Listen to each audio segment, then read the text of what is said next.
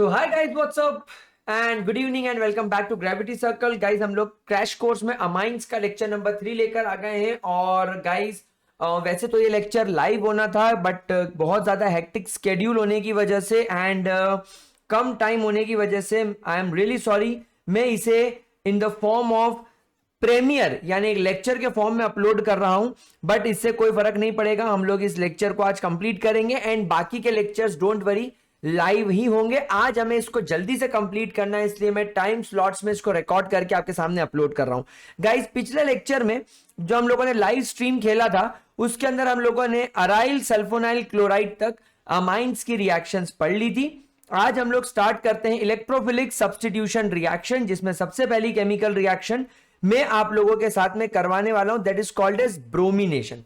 Now guys, एक बात समझना, एनिलीन के अंदर जो ये नाइट्रोजन के ऊपर लोन पेयर होता है, ये lone pair because of resonance इस कार्बन तक शिफ्ट हो जाता है और कार्बन पर शिफ्ट होने के बाद में ये जो डबल बॉन्ड है, ये डबल बॉन्ड इस ऑक्सीजन इस कार्बन पर शिफ्ट हो जाएगा। तो पहले तो आप लोगों को ऑर्थो पोजीशन पर इस प्रकार से इस प्रकार से आपको यहां पर डबल बॉन्ड बनता हुआ दिखाई देगा, NH2 पॉजिटिव चार्ज और एक नेगेटिव चार्ज यहां आ जाएगा।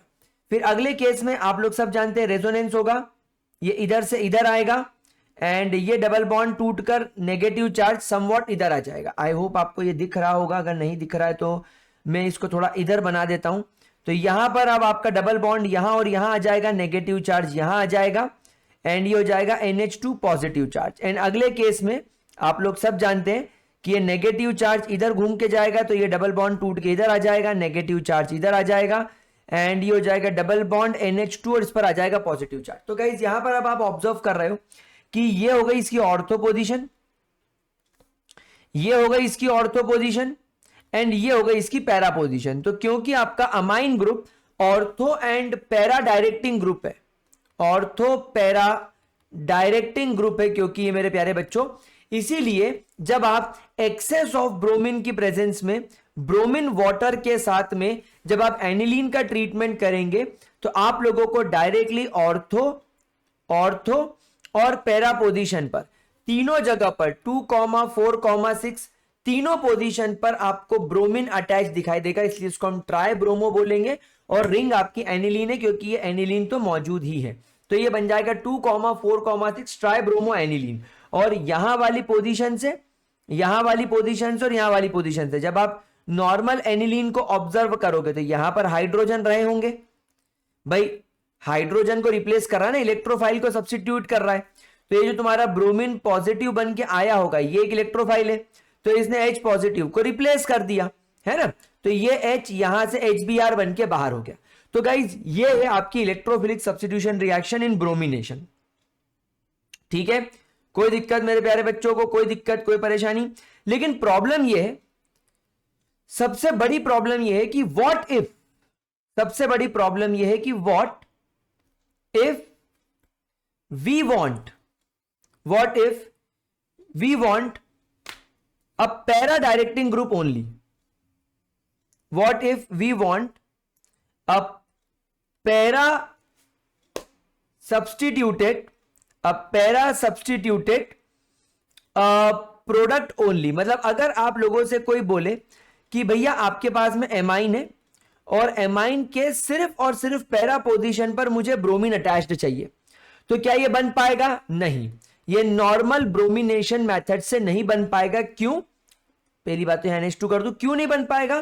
क्योंकि बेटा आपका aniline is a very reactive group और नाइट्रोजन की इलेक्ट्रोनेगेटिविटी ऑक्सीजन से कम है, तो ऑक्सीजन अपने लोन पेयर रिंग में ट्रांसफर करने में थोड़ा सोचेगा, लेकिन नाइट्रोजन की इलेक्ट्रोनेगेटिविटी ऑक्सीजन से कम है, इसलिए नाइट्रोजन अपना लोन पेयर मच इजी तरीके से, बहुत ज्यादा इजीली रिंग में ट्रांसफर कर देगा, जिससे कि ऑर्थो पैरा और ऑर्थो पोजीशन पर रेजोनेंस क्रिएट हो जाएगा।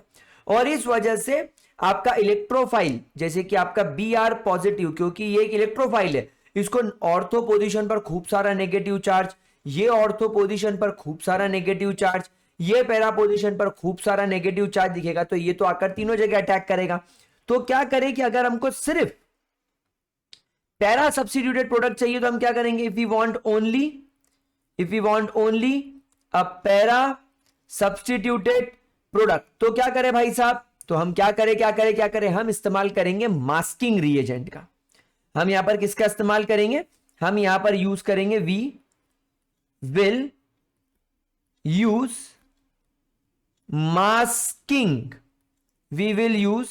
Masking reagent. मतलब ये क्या करेगा, ये मास्क कर देगा। किसको मास्क कर देगा, जैसे हम कोविड में मास्क पहनते हैं ना, वैसे ये मास्क कर देगा। यानी हम लोग बेसिकली यहां पर असाइलेशन कर देंगे, जो कि आपका असाइलेशन हो जाएगा। कैसे, देखो मैं आपको बताता हूं। एक्चुअली क्या होगा, आप लोग सब जानते हो कि ये आपका ये तुम्हारा बेंजीन का रिंग है, ट्याऊ ट्याऊ ट्याऊ, और यहां पर आपका NH2 मौजूद है। अब आपको मैंने ऑलरेडी असाइलेशन नाम की केमिकल रिएक्शन पिछले लेक्चर में पढ़ाई थी, और असाइलेशन नाम की केमिकल रिएक्शन में मैंने आपसे कहा था, अगर आपके पास में CH3C double bond O C double bond O CH3 अगर तुम्हारे पास में है ना, तो in presence of pyridine basic medium, in presence of pyridine आप यहां पर क्या करें, आप इसका असाइलेशन कर दे, तो ये इस तरीके से टूट जाएगा दो पार्ट में, ये इस तरीके से दो पार्ट में टूट जाएगा मेरे प्यारे बच्चों। क्या मैंने सही बोला? यस सर, बिल्कुल आपने सही बोला। और यहां से एक हाइड्रोजन जाकर इस ऑक्सीजन पर अटैक करेगा, तो NH2 में से एक हाइड्रोजन चला गया, तो ये बन गया CH3COOH, और यहां पर आपका जो बेंजीन का रिंग है इस पर NH तो ऑलरेडी अटैच्ड है, और इस नाइट्रोजन ने अपना जो लोन पेयर है, ये नाइट्रोजन ने अपना लोन पेयर इस कार्बन को ट्रांसफर कर दिया, तो यहां पर ये कार्बन एक्चुअली इससे अटैच हो गया। और ये लोन पेयर अभी मैं यहां पर दिखाना पसंद नहीं करता हूं, बट आप चाहो तो दिखा भी सकते हो, कोई प्रॉब्लम वाली बात नहीं, क्योंकि आप ऑलरेडी यहां से हाइड्रोजन रिमूव कर चुके हो ना, तो कोई दिक्कत वाली बात नहीं है। तो यहां पर तुम्हारा carbon C double bond O CH3 से अटैच हो गया। ये तुम्हारा क्या बन गया प्यारे बच्चों, ये तुम्हारा N फिनाइल, इसको हम क्या बोलेंगे, N फिनाइल इथेनामाइड, ये तुम्हारा बन गया N फिनाइल इथेनामाइड। सर इसको करने से आपने क्या बड़ा काम कर लिया, समझना मेरी बात को। ये करने से हुआ क्या, मतलब मैंने मेरे एनिलीन को पहले एसिड असाइलेशन करके, पहले मैंने मेरे एनिलीन का असाइलेशन करके करा क्या, देखो ये जो तुम्हारा NHC double bond O CH3 group है ना, इमेजिन करो ये कैसे काम कर रहा है। ये तुम्हारा नाइट्रोजन था, और ये नाइट्रोजन का एक हाइड्रोजन है, और ये नाइट्रोजन नीचे तुम्हारा बेंजीन के रिंग से इस प्रकार अटैच्ड है। अब यहां पर तुम्हारा C डबल बॉन्ड O और CH3 अटैच्ड है। अब आप लोग सब जानते हो कि ऑक्सीजन तो बहुत बड़ा वाला भिखारी है, ऑक्सीजन तो बहुत बड़ा वाला भिखारी है। तो ऑक्सीजन क्या करेगा, ऑक्सीजन मौका देखते ही इस कार्बन के डबल बॉन्ड को खींच के अपनी ओर ले आएगा। तो अब ये कार्बन का जब कार्बन का ये वाला इलेक्ट्रॉन ऑक्सीजन खींच लेगा, तो कार्बन पर पॉजिटिव चार्ज आ जाएगा, तो ये रोएगा, तो ये नाइट्रोजन बोलेगा रो मत, मैं तेरी पॉजिटिविटी दूर कर देता हूं। तो क्या होगा, यहां पर अब आप लोगों को ये कुछ ऐसा देखने को मिलेगा कि आपका बेंजीन का रिंग है, यहां पर नाइट्रोजन पर पॉजिटिव चार्ज आ गया, क्योंकि इस बेचारे ने अपना जो लोन पेयर था वो इस कार्बन को ट्रांसफर कर दिया, क्योंकि ऑक्सीजन ने इसका इलेक्ट्रॉन खींच के खुद को नेगेटिव कर लिया था। अब आप समझे, इसकी एक अपनी गृहस्थी बच गई, ये अपने बीबी बच्चों में लग गया माइंड। नाइट्रोजन ने क्या करा, नाइट्रोजन ने अपना लोन पेयर इस कार्बन को ट्रांसफर कर दिया। अब आप बताओ, क्या इस नाइट्रोजन के पास में लोन पेयर अवेलेबल है ताकि वो अपने लोन पेयर को इस रिंग में ट्रांसफर कर सके? नहीं। तो क्या होगा, जैसे ही आप असाइलेशन कर दोगे, असाइलेशन करने की वजह से ये जो C double bond O CH3 group लग जाएगा, ये इस नाइट्रोजन के लोन पेयर को इस प्रकार रेजोनेंस करके स्ट्रक्चर नंबर 1 और स्ट्रक्चर नंबर 2 में फंसा लेगा। Now nitrogen do not have lone pair available for donation in the ring में डोनेट करने के लिए इसके पास में अब है ही नहीं। तो कहां से करेगा सर? रिंग में अगर एनिलीन इलेक्ट्रॉन डोनेट नहीं करेगा तो क्या होगा? तो ये स्ट्रक्चर नंबर 1 रेजोनेंस में, स्ट्रक्चर नंबर 2 रेजोनेंस में, स्ट्रक्चर नंबर 3 रेजोनेंस में, ऑर्थो, पैरा और ऑर्थो पोजीशन पर नेगेटिव चार्ज जनरेट नहीं होगा मेरे प्यारे बच्चों।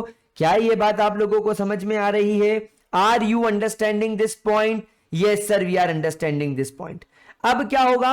अब देखो, अब यहां पर 50% प्रोबेबिलिटी खत्म हो गई।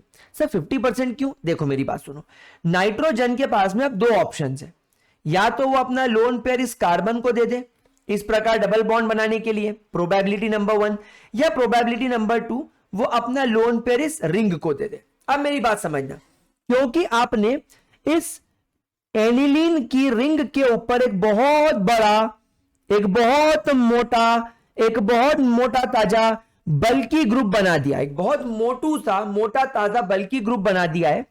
तो देखो, पहले तो 50% रिंग पर नेगेटिव चार्ज आने की प्रोबेबिलिटी कम हो गई। पहले 100% टाइम्स रिंग पर नेगेटिव चार्ज आता था, लेकिन अब असाइलेशन होने की वजह से रिंग पर ये वाला ग्रुप लग जाने की वजह से 50% टाइम तो क्या होगा, ये कार्बन इस नाइट्रोजन के लोन पेयर को खींच लेगा। 50% टाइम तो ये होगा, लेकिन बाकी बचे हुए 50% टाइम नेगेटिव चार्ज यहां और यहां आएगा। अब आया आपका ब्रोमीन, जो कि एक इलेक्ट्रोफाइल है, वो जब यहां पर ऑर्थो पोजीशन पर आएगा वो स्टेरिक हिंड्रेंस फील करेगा, क्योंकि अपने आप में एक ये बहुत ज्यादा बल्कि ग्रुप है, और बल्कि ग्रुप इस इलेक्ट्रोफाइल पर स्टेरिक हिंड्रेंस कॉज करेगा। क्यों स्टेरिक हिंड्रेंस कॉज करेगा? क्योंकि ये तुम्हारा जो ऑक्सीजन है, आप खुद यहां पर ऑब्जर्व करो, कहां गया मेरा एरो, ये रहा, कि ये जो आपका ऑक्सीजन है ये पार्शियल नेगेटिव है, नाइट्रोजन पार्शियल नेगेटिव है, तो कार्बन पार्शियल पॉजिटिव हो जाएगा। तो ये कार्बन और ये तुम्हारा मिथाइल ग्रुप, क्योंकि ये सब पॉजिटिव ग्रुप्स हैं, ये इसको रिपेल करेंगे, तो bromine will not attack. So bromine will not attack ortho position पर ये बहुत कम अटैक करेगा। तो फिर इसके बाद में कौन सी वैलिड पोजीशन बचती है जहां पर ये जाकर अटैक कर पाएगा? ये जाकर बढ़िया अटैक करेगा पैरा पोजीशन पर, ये जाकर एकदम बढ़िया वाली अटैक करेगा पैरा पोजीशन पर। क्यों? क्योंकि यहां पर स्टेरिक हिंड्रेंस सबसे कम है। क्या ये बात समझ में आई? क्या ये बात मेरे प्यारे बच्चों को समझ में आई? क्या इसके अंदर कोई भी दिक्कत? तो अब क्या होगा? तो अब सिंपल सा केस होगा कि आपका ये जो बेंजीन का रिंग है जिस पर एनिलीन NH लगा हुआ है, C double bond O CH3 लगा हुआ है, अब आपको यहां पर ब्रोमिनेशन करना है मेरे प्यारे बच्चों। आप यहां पर ब्रोमिनेशन करेंगे in presence of bromine water, तो ब्रोमीन आकर लग जाएगा आपके पैरा पोजीशन पर, और ये एज इट इज रहने वाला है, और ये आपका मेजर प्रोडक्ट होगा, क्योंकि ऑर्थो पोजीशन पर ब्रोमीन नहीं लगेगा, क्योंकि स्टेरिक हिंड्रेंस होगा। तो अगर ऑर्थो पोजीशन पर ब्रोमीन लगता भी हो तो वो बहुत माइनर का अमाउंट में बनेगा। लेकिन सर हमको तो ब्रोमो पैरा एनिलीन चाहिए, हमको तो पैरा ब्रोमो एनिलीन चाहिए, हमें इस असाइल ग्रुप को हटाना भी पड़ेगा। हमने इसको मास्क कर रखा था ताकि ब्रोमीन पैरा पोजीशन पर लग जाए, हटाना भी तो पड़ेगा। तो कुछ भी नहीं करना है मेरे प्यारे बच्चों, आपको इसको वाटर के साथ में ट्रीट कर देना है, या तो आपको इसको सबसे पहले बेस के साथ ट्रीट करना है, फिर आपको इसको एसिड के साथ ट्रीट करना है। तो आपको सिंपल सा एक गेम खेलना है, कोई ज्यादा टेंशन लेने वाली बात नहीं। आप इसको वाटर के साथ ट्रीट कर दो, तो वाटर के साथ ट्रीट करने पर क्या होगा, वाटर अपने दो पार्ट में टूट जाएगा, H positive and OH negative. अब देखो ये वापस से ऐसे टूटेगा, ये OH नेगेटिव जाकर इस कार्बन पर अटैक करेगा, और यह हाइड्रोजन जाकर इस नाइट्रोजन पर अटैक करेगा। तो जैसे ही ये C double bond O CH3 पर आपका OH अटैक करेगा, ये बन जाएगा OH C double bond O CH3। यानी क्या मैं इसको कॉम्प्लिकेट ना करते हुए क्या मैं इसको सीधे सीधे ऐसा लिख दूं कि ये बन जाएगा CH3 C double bond O CH3, यानी आपका CH3 C double bond OOH, ये बन जाएगा तुम्हारा इथेनोइक एसिड। और तुम्हारा जो बेंजीन का रिंग है इस पर NH तो ऑलरेडी मौजूद थे, और एक ये वाला H आ गया, तो ये बन गया NH2 मतलब एनिलीन, और ब्रोमो अपनी पोजीशन पर था, तो ये हो गया पैरा ब्रोमो एनिलीन। तो क्या ये बात समझ में आई मेरे प्यारे बच्चों? इस तरीके से ये चीज काम करेगी। चलो ग्रेट, एक बार ये रिएक्शन हम लोगों के पास में लिखी हुई भी हम लोग देख लेते हैं। ये देखो, एनिलीन पर आपने CH3 double bond O C double bond O CH यानी इथेनोइक एनहाइड्रेट डाला in presence of pyridine. Sir pyridine क्यों मिलाया? क्योंकि ये CH3COOH एसिड निकलेगा। ये एसिड रिएक्शन को वापस पीछे ना ले जाए, इसलिए इसको न्यूट्रलाइज करने के लिए पाइरिडीन जरूरी है। नाउ ये बन गया तुम्हारा एन फिनाइल इथेनामाइड, इसको एसिटानिलाइड बोलते हैं। ब्रोमीन के साथ ट्रीट करा, पैरा पोजीशन पर मेजरली ये लगा, माइनरली ऑर्थो पोजीशन पे लगेगा। OH नेगेटिव H पॉजिटिव के प्रेजेंस में ट्रीट करा, OH ने इसको तोड़ के CH3COOH निकाल दिया, और ये वाले H ने ये वाले H ने यहां पर नाइट्रोजन पर पोजीशन लेकर ब्रोमो एनिलीन बना लिया। और ये मैं आपको ऑलरेडी इनका रेजोनेंस बता चुका हूं। नाइट्रोजन पर पॉजिटिव चार्ज आ जाएगा रेजोनेंस की वजह से, ऑक्सीजन नेगेटिव चार्ज ले लेगा, तो नाइट्रोजन कार्बन में डबल बॉन्ड लग जाएगा। तो ये nitrogen is now do not have any available lone pair to donate. अगली रिएक्शन इज नाइट्रेशन। मेरे प्यारे बच्चों, अगली रिएक्शन हम लोग क्या करेंगे? नाइट्रेशन। नाउ गाइस, नाइट्रेशन के अंदर एक बात समझो कि यहां पर आप लोगों को दो चीजें देखने को मिल रही है। भाई एनिलीन है, एनिलीन अपना लोन पेयर यहां ट्रांसफर करेगा, तो पैरा पोजीशन पर एक तो नेगेटिव चार्ज फर्स्ट टाइम यहां देखने को मिलेगा, फिर यहां देखने को मिलेगा, फिर यहां देखने को मिलेगा। तो बिकॉज ऑफ रेजोनेंस जब आप HNO3 और H2SO4 के प्रेजेंस में इसको ट्रीट करोगे, तो एक तो आपको पैरा पोजीशन पर नाइट्रो ग्रुप अटैच्ड दिखेगा, लेकिन गाइस इंटरेस्टिंगली आपको ऑर्थो पोजीशन पर आपको ऑर्थो नाइट्रो एनिलीन कम मात्रा में मिल रहा है। इनफैक्ट यहां पर हमने देखा कि मेटा पोजीशन पर तो नेगेटिव चार्ज कहीं से कहीं तक आ ही नहीं रहा है। नेगेटिव चार्ज आपकी मेटा पोजीशन पर कहीं से कहीं तक आ ही नहीं रहा है। तो फिर मेटा पोजीशन पर नाइट्रो ग्रुप कैसे लग गया और कैसे ये इतनी ज्यादा मात्रा में लग गया? क्या आप में से कोई इस बात का जवाब दे सकता है मेरे प्यारे बच्चों? देखो बताओ। नहीं? चलिए इसका रीजन मैं आपको बताता हूं, इसका रीजन मैं आपको बताता हूं कि ऐसा क्यों हुआ। देखो ये है तुम्हारा एनिलीन का रिंग, ठीक है? देखो एनिलीन की बहुत पंचायती है ये। क्या ये तुम्हारा एनिलीन का रिंग है? भाई है तो बेसिक नेचर का, समझो, है तो बेसिक नेचर का। दूसरा, तुम जो रिएक्शन कर रहे हो इसमें HNO3 क्या है साहब? साहब ये तो एसिड है। H2SO4 क्या है साहब? ये भी एसिड है। मतलब जब आप नाइट्रेशन कर रहे होगे तो इन्वायरमेंट में प्रोटॉन की बहुत ज्यादा अवेलेबिलिटी होगी। तो क्योंकि एनिलीन पर NH2 group lone pair donor है, इससे रहा नहीं जाएगा और ये क्या करेगा? अपने नाइट्रोजन को इस प्रोटॉन को ट्रांसफर करके खुद को बना लेगा NH3 पॉजिटिव, यानी कि एनिलीनियम आयन। क्या बोलेंगे? Anilinium ion. अब ये क्या बन गया? Anilinium ion. अब एनिलीनियम आयन बनने की वजह से नाइट्रोजन खूब रोएगा, मेरे से गलती हो गई, मेरे पे पॉजिटिव चार्ज आ गया, हाँ हाँ मेरे से गलती हो गई, गलती हो गई। तो अब क्या होगा? इस कार्बन से रहा नहीं जाएगा। ये कार्बन बोलेगा रो मत, रो मत, एक काम करता हूं, मेरा ये जो डबल बॉन्ड है जो मेरे और इस कार्बन के बीच में बना है, ये डबल बॉन्ड तू तेरे पास रख ले।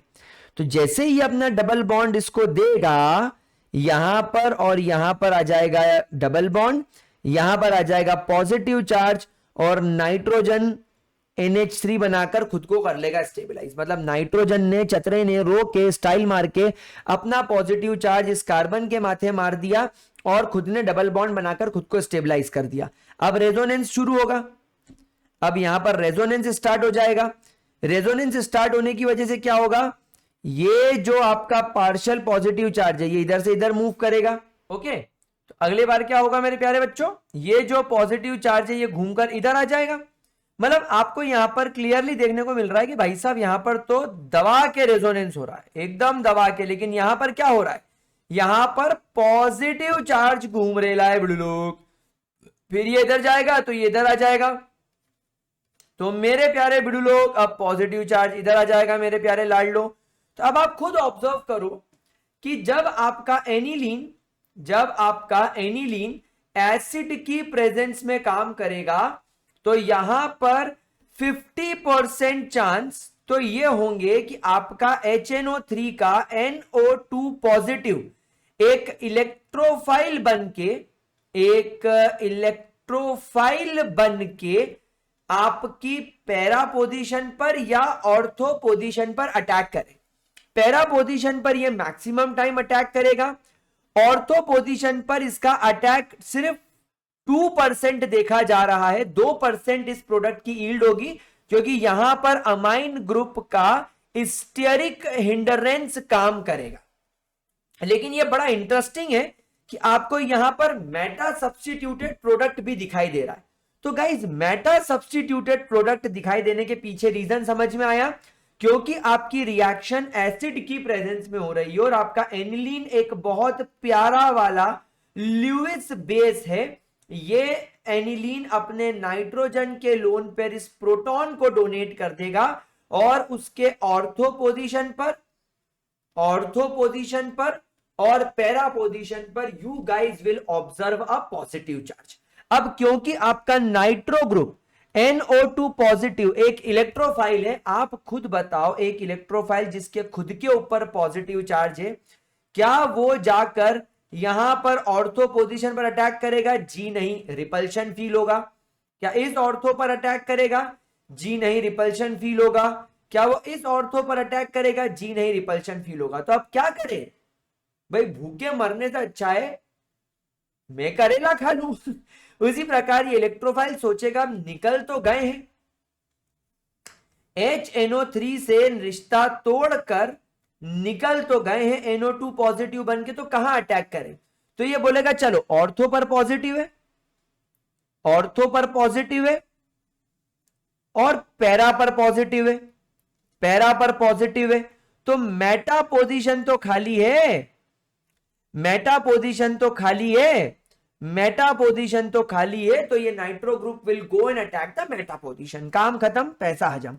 इसीलिए आप लोगों को यहां पर ये मेटा पोजीशन पर भी 47% सब्स्टिट्यूशन देखने को मिलता है।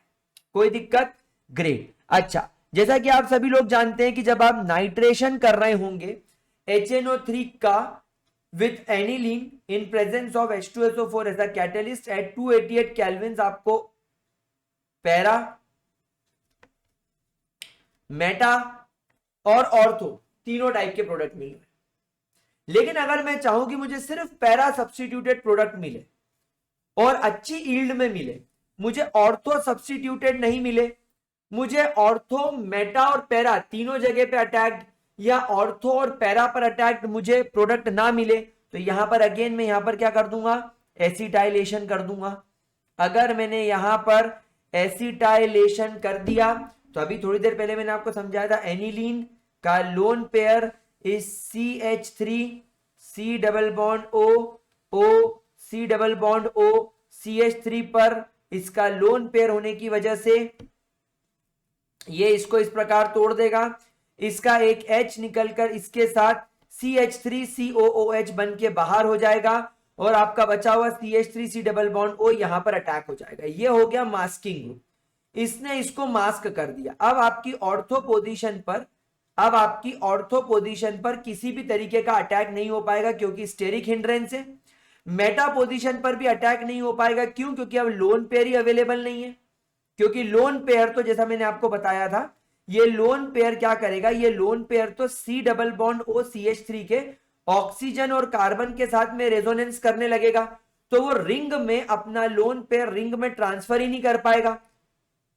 आई बात समझ में? तो मेटा पोजीशन भी खत्म हो गई, अब बची पैरा पोजीशन। बस पैरा पोजीशन पर जाकर ये अटैक करेगा, फिर आप इसको वाटर के OH के साथ ट्रीट करो तो CH3 C double bond O OH बाहर हो जाएगा और ये हाइड्रोजन जाकर इस पर कनेक्ट करेगा और ये बन जाएगा NH2 para nitro aniline. Likewise मेरे प्यारे बच्चों ये चीज काम करेगी। सो हे गाइस, अनअकैडमी से आ गया एक बहुत बड़ा awesome update. Unacademy foundations category मतलब 8, 9, 10th के स्टूडेंट्स के लिए एक ऑसम सा अपडेट है एंड दैट इज आप लोग अगर अनअकैडमी पर 12 मंथ या उससे ज्यादा का सब्सक्रिप्शन लेते हैं तो गाइज आपको 3 मंथ का क्रिएटिव कॉर्नर का सब्सक्रिप्शन फ्री मिलेगा। यानी अगर आप क्रिएटिव हैं और अगर आप लोग अपनी क्रिएटिविटी सर्च करना चाहते हैं तो गाइज आप लोगों के लिए ये है, आपको कोड यूज करना है gravity for purchasing the subscription on foundation category. तो अगर आपकी पहचान में कोई फाउंडेशन वाला बच्चा यानी 8th का, 9th का, 10th का और वो अनअकैडमी पर मुझसे पढ़ना चाहता है तो ये आप उसके साथ में जरूर शेयर कीजिए, एंड जितना ज्यादा शेयर करेंगे उतना ज्यादा मजा आएगा। तो let's crack it, thank you so much. अगली रिएक्शन मेरे प्यारे बच्चों है सल्फोनेशन। नाउ गाइस सल्फोनेशन के अंदर आप खुद एक बात समझो, ये एसिड है कि नहीं? हाँ साहब। ये बेस है? हाँ साहब। तो क्या होगा, ये सीधा इस पर अटैक करेगा। ये H2SO4 का HSO3 ना तो ऑर्थो पर जा पाएगा, ना तो पैरा पर जा पाएगा, ना तो मेटा पर जा पाएगा, क्योंकि ये है एक शानदार वाला एसिड और ये है एक अच्छा खासा बेस, तो ये इस पर अटैक कर लेगा। तो गाइज यहां पर तुम्हारा जो H2SO4 में से इस प्रकार से ये दो पार्ट में टूटेगा।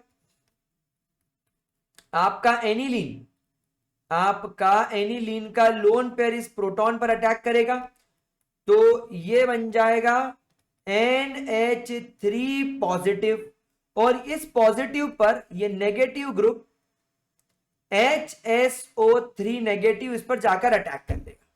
अब आप इसको 453 से 473 केल्विन पर हीट करो, तब जाकर यहां पर रीअरेंजमेंट होगा और यहां पर क्या होगा, HSO3 यहां पर जाकर अटैक करेगा और आपको मिल जाएगा सल्फोनिक एसिड। क्या ये बात मेरे प्यारे बच्चों को समझ में आई? क्या इसके अंदर किसी भी तरीके का कोई दिक्कत? Very good. यानी यहां से एक H कम हो जाएगा, यहां से एक O कम हो जाएगा, और क्योंकि आप एसिड की प्रेजेंस में कर रहे हो, एक एसिड यहां से मिल जाएगा हाइड्रोजन, एक हाइड्रोजन ये निकल रहा है, एक ऑक्सीजन ये निकल रहा है, पानी बन के ये बाहर हो जाएगा और SO3H मिलेगा। अच्छा यहां पर आप देखो ज्वीटर आयन का प्रोडक्शन भी होगा, ये बहुत इंपॉर्टेंट है। ज्वीटर आयन मतलब एक ऐसा आयन जिसमें कि रिंग के एक एंड पर पॉजिटिव और एक एंड पर नेगेटिव चार्ज चला जाए, तो यहां पर ज्वीटर आयन बन जाएगा। तो ये हाइड्रोजन, क्योंकि आप देखो ये लोन पेयर लेकर एक बेस की तरह बिहेव कर रहा है, और SO3H भी एक एसिड है, तो जब ये अपने प्रोटॉन को छोड़ेगा तो ये प्रोटॉन इधर जाकर चिपक जाएगा, तो ये ज्वीटर आयन का भी फॉर्मेशन करेगा। ठीक है, देख लो। ठीक है, कोई दिक्कत, कोई परेशानी? Very good. चलिए आगे बढ़ते हैं। स्टार बनाकर एक पॉइंट लिखेंगे कि सर आपने इसके अंदर तो हमारी फ्रीडल क्राफ्ट रिएक्शन तो करवा ही नहीं, ना तो आपने फ्रीडल क्राफ्ट असाइलेशन कराया, ना तो आपने फ्रीडल क्राफ्ट अल्काइलेशन कराया। ऐसा क्यों करा आपने सर? क्योंकि देखो बेटा, भले ही असाइलेशन हो या अल्काइलेशन। अच्छा एक बात बता दूं, बहुत सारे बच्चे बोलेंगे हैं अभी तो आपने यहां पर बोला कि ये असाइलेशन कर लो, ये आपने असाइलेशन सिखाया था। बेटा ये फ्रीडल क्राफ्ट असाइलेशन नहीं है, ये असाइलेशन एक बेस की प्रेजेंस में हो रहा है, और यहां पर आप लोगों ने CH3C डबल बॉन्ड और Cl असाइल क्लोराइड लिया है आप लोगों ने, तो यहां पर ये असाइलेशन अलग है।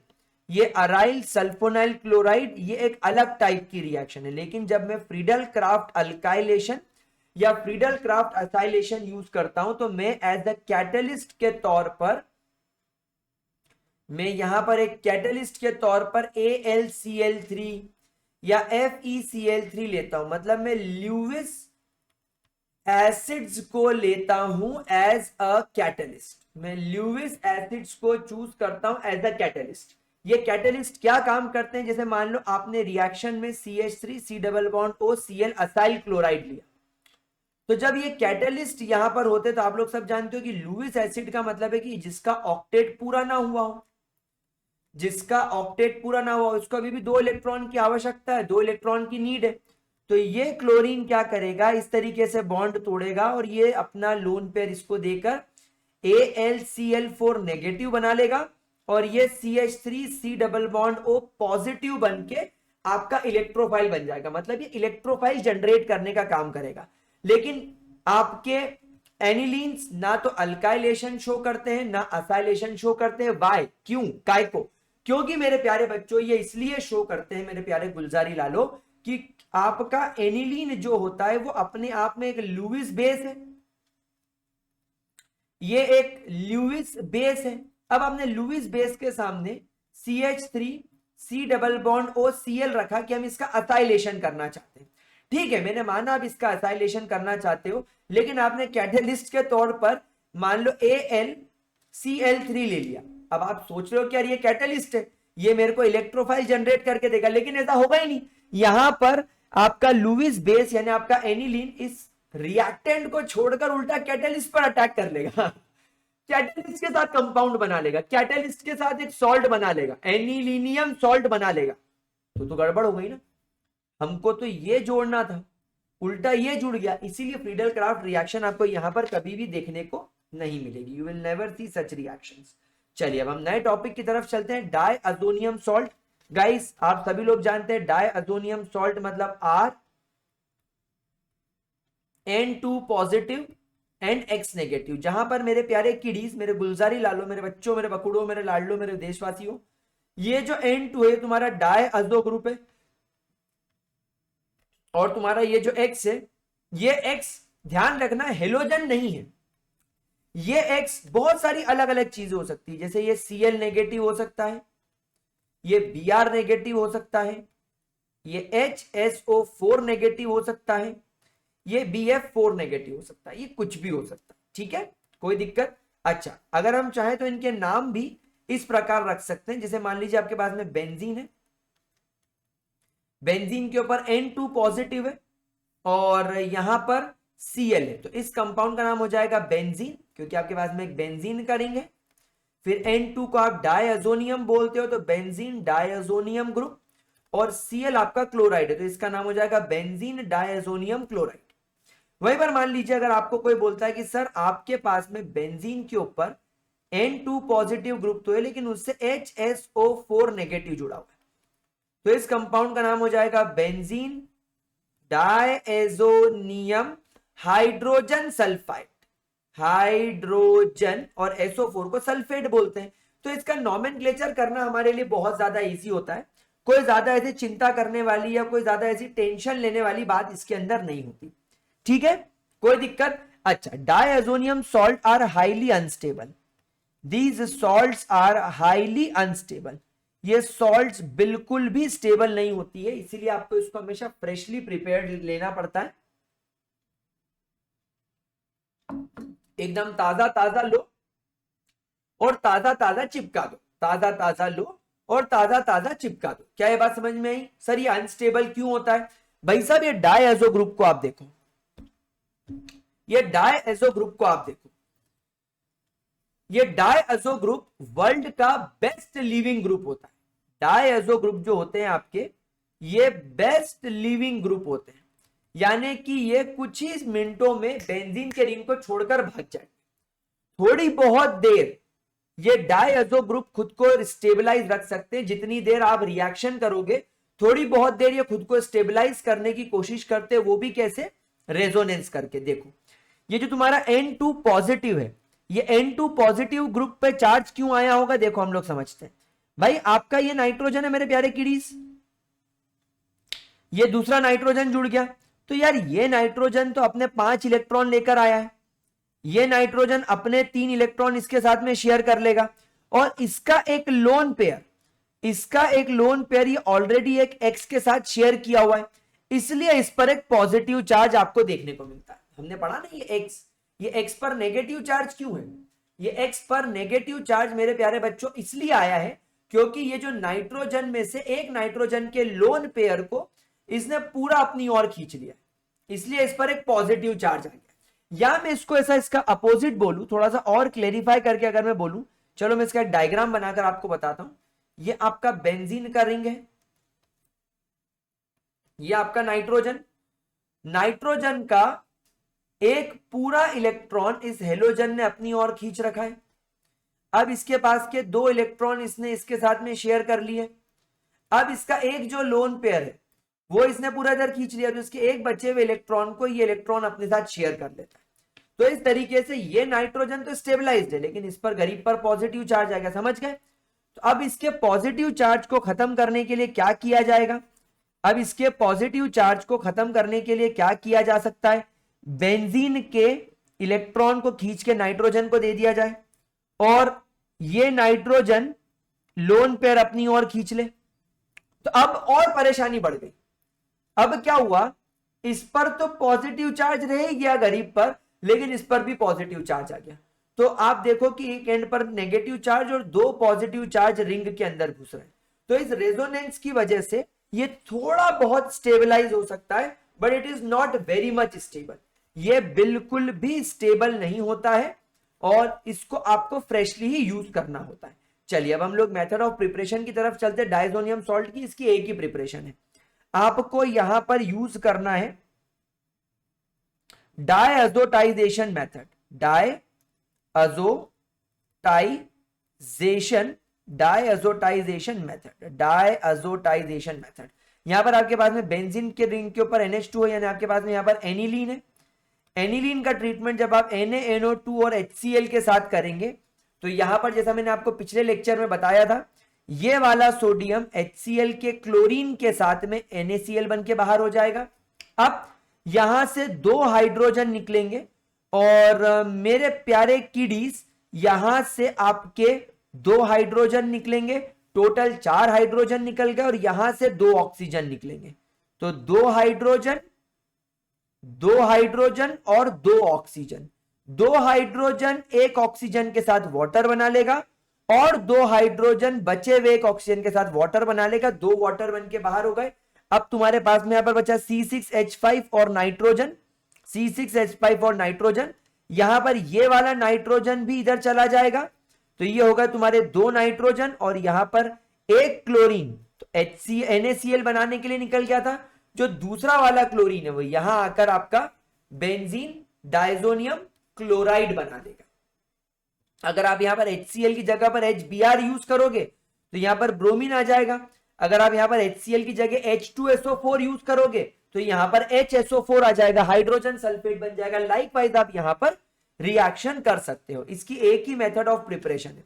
गाइज अगर मैं इसकी फिजिकल प्रॉपर्टीज की बात करूं तो यूजुअली आपके जो बेंजीन डायजोनियम क्लोराइड्स हैं, they are basically colourless crystalline solid. Usually these are colourless crystalline solid.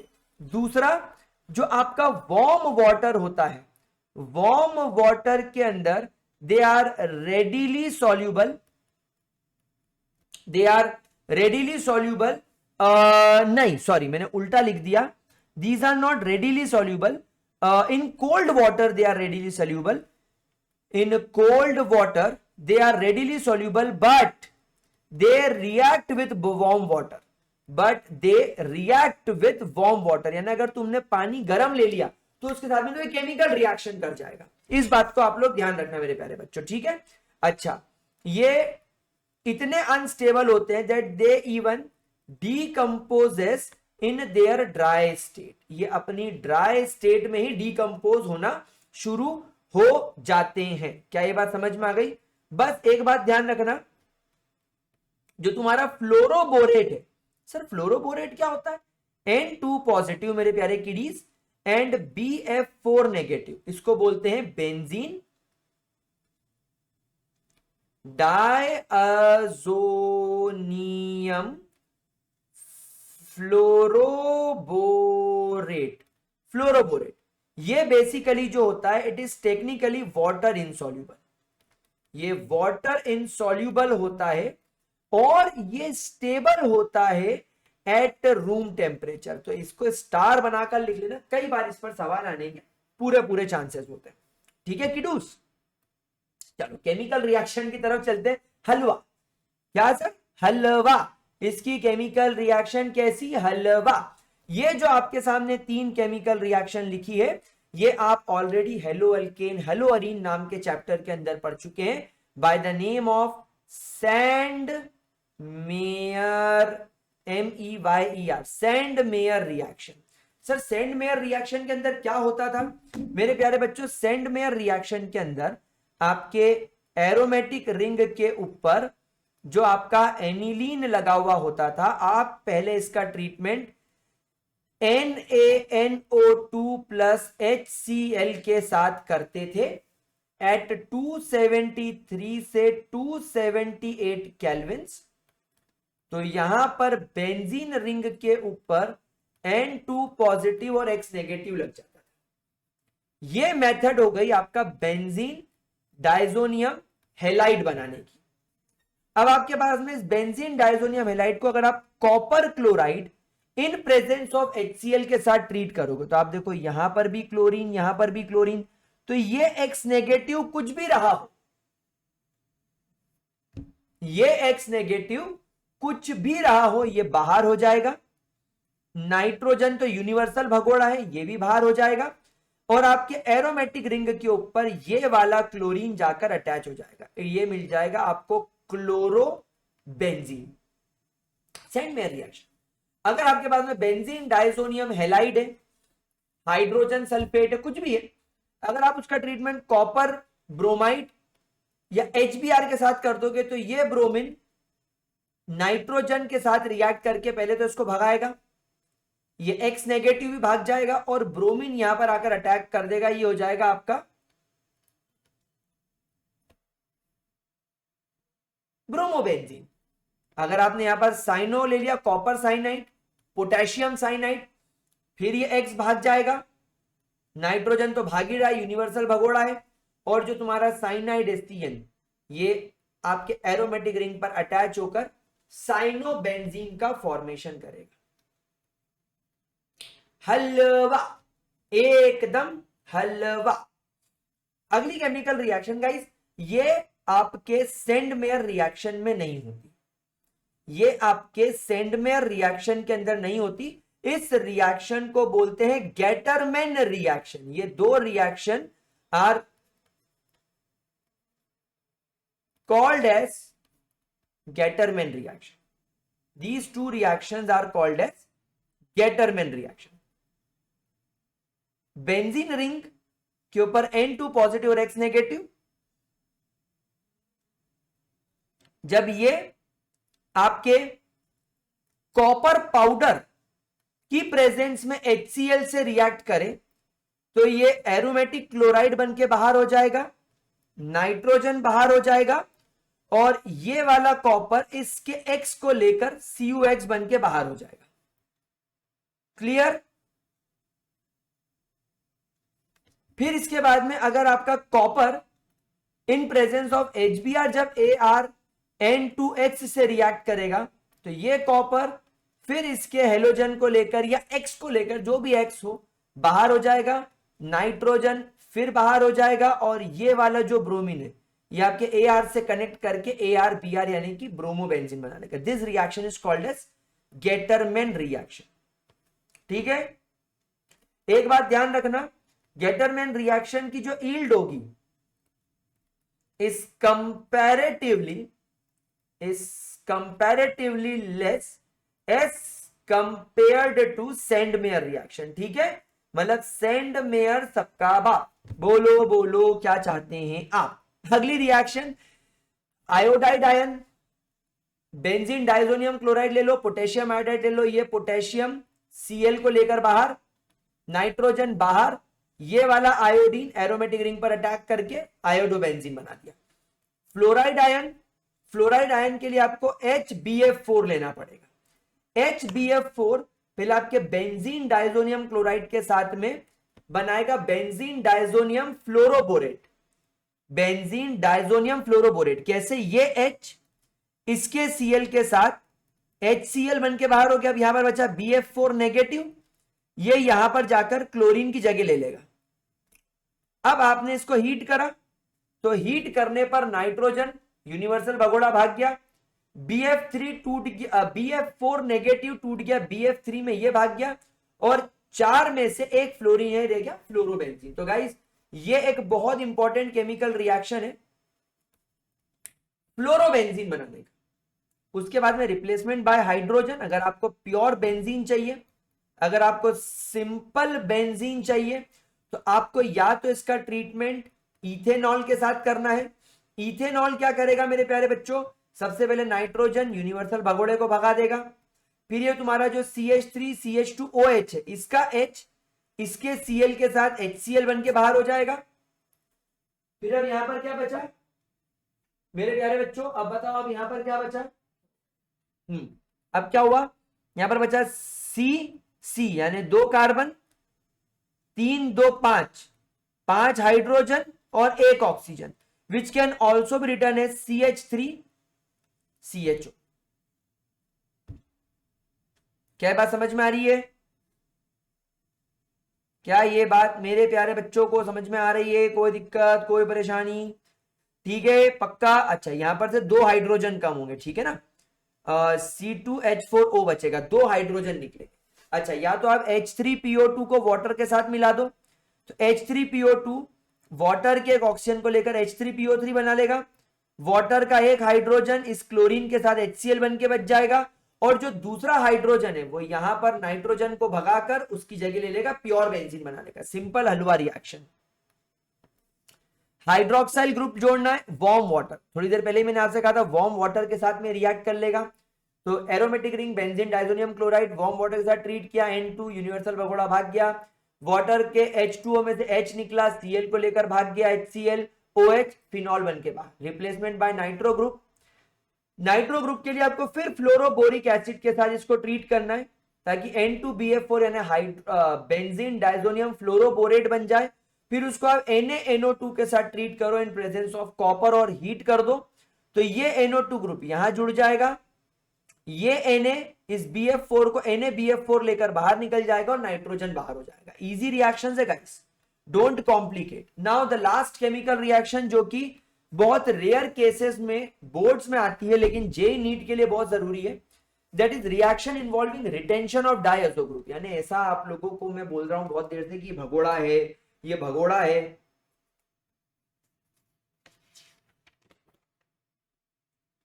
लेकिन कई बार ये भगोड़ा भागता ही नहीं है।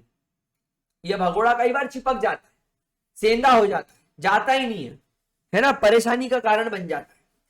तो अगर मान लो आपके पास में बेंजीन की रिंग है, बेंजीन डाइजोनियम क्लोराइड, और आपने इसका ट्रीटमेंट फिनॉल के साथ कर दिया, तो आप लोग जानते हैं फिनॉल के ये वाले कार्बन पर OH है, बाकी सारे कार्बन पर तो हाइड्रोजन रहता है।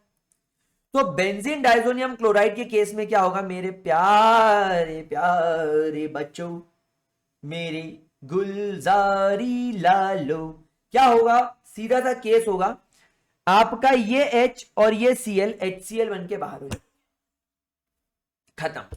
तो ये हाइड्रोजन चला गया, अब ये कार्बन वेल्ला घूम रहा है, समझ में आ रही बात आपको?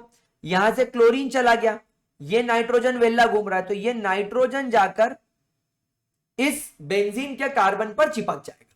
तो ये benzene ring N double bond N। अच्छा, ये जो पॉजिटिव चार्ज था अब ये खत्म हो जाएगा, क्यों? क्योंकि ये जो क्लोरीन है इसके जाने के बाद ये इलेक्ट्रॉन नाइट्रोजन अपने पास रख लेगा और अपना एक इलेक्ट्रॉन इसके साथ शेयर कर लेगा, तो ये दोनों नॉर्मल हो जाएंगे, OH अपनी जगह पर आ गया। कोई दिक्कत प्यारे बच्चों? कोई दिक्कत, कोई परेशानी, किसी भी तरीके की कोई भी दिक्कत? पक्का। ये होता है एक ऑरेंज कलर का डाई, इसका नाम है पैराहाइड्रोक्सी अजोबेंजीन। पैराहाइड्रोक्सी मतलब पैरा पोजीशन पर हाइड्रोक्सी ग्रुप है, अजो ये तुम्हारा N2 ग्रुप को क्या बोलते हैं? अजो ग्रुप, और बेंजीन तो इसको बोलेंगे बेंजीन, ठीक है। अच्छा, उसके बाद मान लो मैंने यहां पर एनिलीन ले लिया, बेंजीन डाइजोनियम क्लोराइड का ट्रीटमेंट अपन ने किससे कर दिया? एनिलीन से, in presence of acid. Acid क्यों लिया है भाई? एसिड इसलिए लिया है क्योंकि ये बेस की तरह बिहेव करेगा, तो हमको इसको रिएक्शन करने से रोकना है, और कोई और इसके ऑर्थो या पैरा पोजीशन पर सब्स्टिट्यूट ना हो जाए उससे रोकना है, इसलिए हमने एसिड ले लिया। एसिड की प्रेजेंस में क्या होगा? ये H इस Cl के साथ HCl बन के बाहर हो गया। या एक दूसरा कारण मैं आपको बताता हूं, जैसे यहां OH नेगेटिव है, आप एक काम करो, यहां पर एक स्ट्रॉन्ग बेस ले लो। देखो स्ट्रॉन्ग बेस लेने के साथ में यहां पर क्या केस हो जाएगा, ये Na जो होगा, अब ये Na इस Cl को लेकर यहां पर NaCl बन के बाहर हो जाएगा। केस समझ में आया? और ये वाला जो हाइड्रोजन है, ये हाइड्रोजन इस बेस के OH को लेकर वाटर बन के बाहर हो जाएगा। अब ये भी नंगू पुंगू हो गया और ये नाइट्रोजन भी नंगू पुंगू हो गया, तो इसको इस पर जाकर मजबूरी में अटैक करना पड़ेगा। क्या ये बात मेरे प्यारे बच्चे लोगों को समझ में आ रही है? क्या आप लोगों को ये बात बहुत बढ़िया तरीके से समझ में आ रही है? पक्का? श्योर? कोई दिक्कत, कोई परेशानी किसी भी तरीके की? 100% क्लियर? पक्का? अच्छा, यहां पर ये रिएक्शन गलत है, मैं यहां पर भी बेस ही लेना चाहूंगा, क्योंकि अगर मान लो मैंने यहां पर, अभी मैंने सोचा पढ़ाते पढ़ाते कि अगर मान लो मैंने यहां पर लुईस एसिड ले लिया, या अगर मान लो यहां पर मैंने नॉर्मल एसिड ले लिया, तो ये एनिलीन तो इससे रिएक्ट कर जाएगा, फिर हमारी रिएक्शन ही नहीं होगी। तो गाइस प्लीज इस बात को करेक्ट कर लीजिएगा, अभी थोड़ी देर पहले मैंने भी मिस्टेक से बोल दिया था, that was my mistake, I am sorry. यहां पर आप कभी भी एसिड ना लो तो ज्यादा बेहतर है, आप यहां पर एसिड ना लें।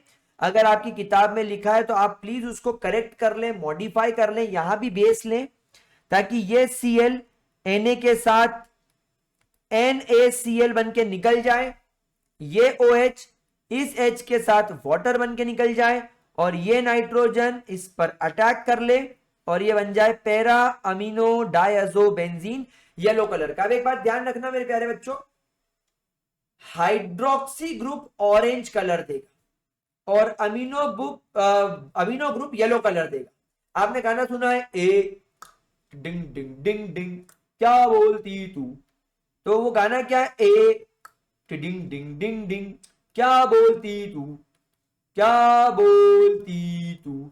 तो ए मतलब अमाइन और ए मतलब येलो, यानी ए डिंग डिंग डिंग डिंग, ए यानी para amino azobenzene is yellow in colour. And आपने गाना सुना है, होले होले हो जाएगा प्यार चले या होले होले हो जाएगा प्यार। तो होले, होले का H is hydroxy group, and होले में जो O है that is orange colour dye. ये मेरी तरफ से मैं आपको ट्रिक बता सकता हूं। गाइस विद दिस हमारा चैप्टर ओवर, हमारी क्लास खत्म। अब हम लोग, जैसा कि हमारे YouTube चैनल पर ग्रेविटी सर्कल पर आपने देखा कि टर्म 2 के electrochemistry, chemical kinetics, surface chemistry, coordination chemistry, DNA block element में डिजिटल बोर्ड पर ऑलरेडी बहुत बेहतरीन तरीके से प्रॉपर रिकॉर्डेड फॉर्म में जो ग्रेविटी सर्कल की यूएसपी है वैसे पढ़ा चुका था। ये दो chapter aldehyde, ketones, carboxylic acid and amines रह गए थे, जो मैंने आपको डिजिटल प्लेटफॉर्म के थ्रू करवा दिया। अब हमारे जो 5 चैप्टर बचे हैं उनका क्रैश कोर्स धड़ल्ले से चलेगा, सॉलिड फटाफट रिवीजन चलेगा, इतना डिटेल में नहीं होगा, फटाफट होगा, फास्ट फास्ट होगा, ताकि हम लोगों को sample paper, question paper, NCERT वगैरह सॉल्व करने का समय मिले। तो गाइस अब 1 तारीख को, एक अप्रैल को हम लोग कोऑर्डिनेशन केमिस्ट्री और डीएनए ब्लॉक निपटाना शुरू करेंगे, फिर हम फिजिकल केमिस्ट्री की तरफ चलेंगे। तो that's all for this lecture. Thank you so much for joining. Bye bye, take care, good night, keep studying guys.